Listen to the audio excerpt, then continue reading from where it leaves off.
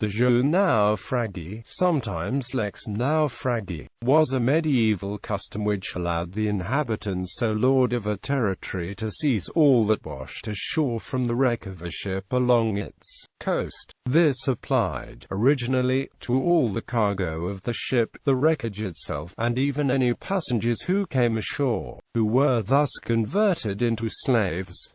This latter custom disappeared before the jeu naufragii came to the attention of lawmakers. Right God and abolition. The theoretical basis for the law in Christian countries was that God must be punishing the doomed ship for the vice of the crew. The ship and its cargo had thus been taken from the rightful owners by an act of God and were fair game. Despite this, consistent attempts to abolish the practice are recorded over the course of more than a millennium. Roman and Byzantine law made no room for the custom. The Codex and the Digester of Justinian I includes sections respectively titled De naufragiis and Incendio, Ruina, Naufragio rec nave expugnata. They refer to a law of the Emperor Antoninus Pius outlawing exercise of the jeu naufragii. Around 500 the Breviarium Malericianum of the Visigoths, probably following Roman law, forbade the custom. Theodoric the Great also legislated against it, but apparently to no long-term avail. Despite the appeal to Providence for its justification, canon law anathematized those who exercised the jeu. The Lateran Council of 1079 and the Council of Nantes both outlawed it. In 1124 Pope Clement II issued a bull condemning it, and on 24 February 1509 Julius II issued a bull prohibiting the collection of bona naufragantia. The jeu did not completely lack support, however. Charles I of Sicily used it, Philip III of France legislated regulations to cover it, and in the same kingdom Henry II seems to have tolerated it. In his reign, according to De Republica by Jean Bodin, the jeu was cited by Anne de Montmorency to justify the seizure of a wrecked ship with the support of the king. Italy. In 827, Sicard of Benevento and Andrew II of Naples signed a treaty, the Pactum Sicardi, whereby the lex naufragii was abolished in the domain of Benevento. The papacy and the North Italian Comuni soon followed the southern example and fought to have the property rights of sailors and merchants recognized universally. When in 1184 a Genoese ship carrying Ibn Jubair was wrecked off the coast of Messina, it was only by the intervention of William II of Sicily that the passengers were spared robbery and enslavement. In June 1181 the Genoese ambassador Roduano de Moro signed a treaty with Abu Ibrahim Ishaq ibn Muhammad ibn Ali of the Balearics that included a protection of the rights of Genoese merchants from the exercise of the jeu. This treaty was renewed for 20 years in August 1188 by Niccolo Leccanos and Ishaq's successor. Meanwhile, on the 1st of June 1184, Pisa and Lucca had signed a similar treaty with the Balearic Muslims. In the early 13th century, Frederick I outlawed the jeu in the Kingdom of Sicily, and by 1270 the custom had gone completely out of fashion in the Mediterranean when Charles I,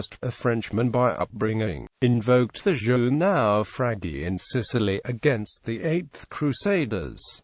Northern Europe. In Northern Europe the custom survived much longer, despite legislation designed to forbid it. In the territory of the Bishop of Utrecht the right was exercised on the river until its abrogation in 1163.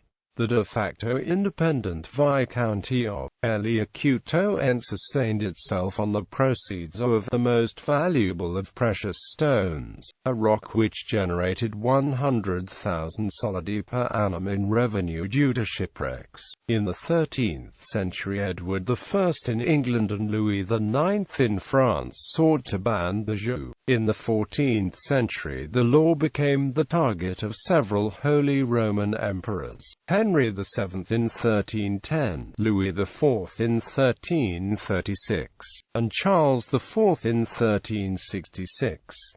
In the 15th century, the Hanseatic League began funding salvage missions and offering rewards to salvors. Attempts were also made in France to abolish the practice by means of treaties where legislation could not take effect. France and the Duchy of Brittany signed one in 1231 and France and Venice in 1268.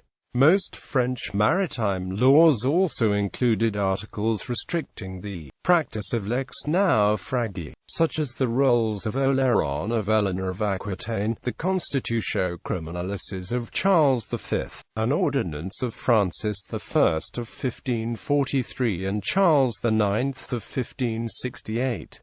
Early modern Europe. Several early modern treaties established a time frame during which the owner of the goods wrecked could claim them, typically a year and a day. England and the Netherlands signed a treaty of alliance the 17th of September 1625 at Southampton that included a clause allowing the owners of wreckage to reclaim it within a year, and France and the Netherlands signed the 27th of April 1662 demanding the restitution of shipwrecked goods on the payment of a droit de sauvement, a salvor's fee. A commercial treaty signed at Nijmegen on 10 August 1678 had an article to the same effect. On 12 December 1663 the Netherlands abolished what remained of the old droit, the recht van de tiende penning, or right of the 10th penny. The French Ordonnance de la Marine abolished the droit entirely and put castaways under royal protection. The Turkish capitulations of 1535 and 1740 contained clauses banning the jeu naufragii.